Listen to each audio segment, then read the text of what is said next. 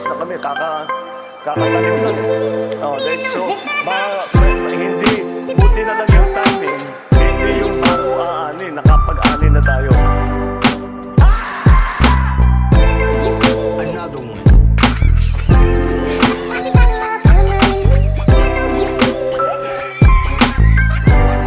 Dahil parating pa lang, so pabayaan muna natin. Pabayaan muna natin.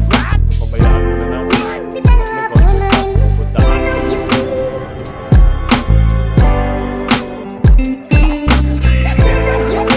Buti rin, nakapag-harvest na tayo. At sa akin, nakapag-harvest na kami, kakatanim lang. We take down the power when it is not safe.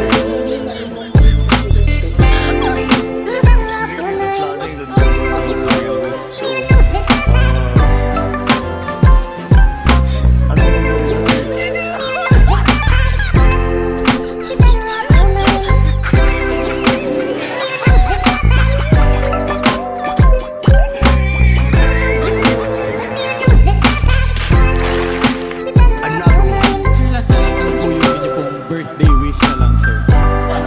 Birthday wish, sir.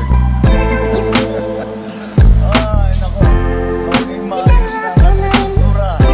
At malaman na natin kung ano pa talaga ang weather. Wet season ba, dry season. Para naman matulungan natin yung mga partner natin.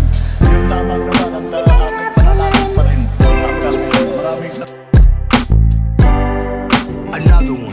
Kung makakalimutan na makita ang inyong mga tinig, makita ang iyong abakan at kayo ay mag-alamano. Kayo ay kanta ay sigaw. Another one.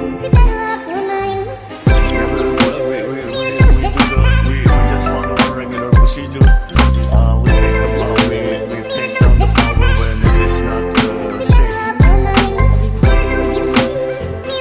It's really the flooding that we're going to have to deal with. So, ano mo gawin natin?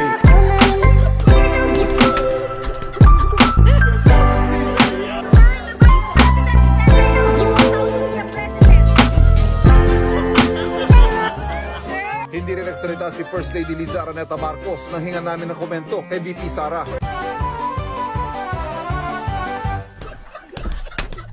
Ipagdasal natin ang Pilipinas.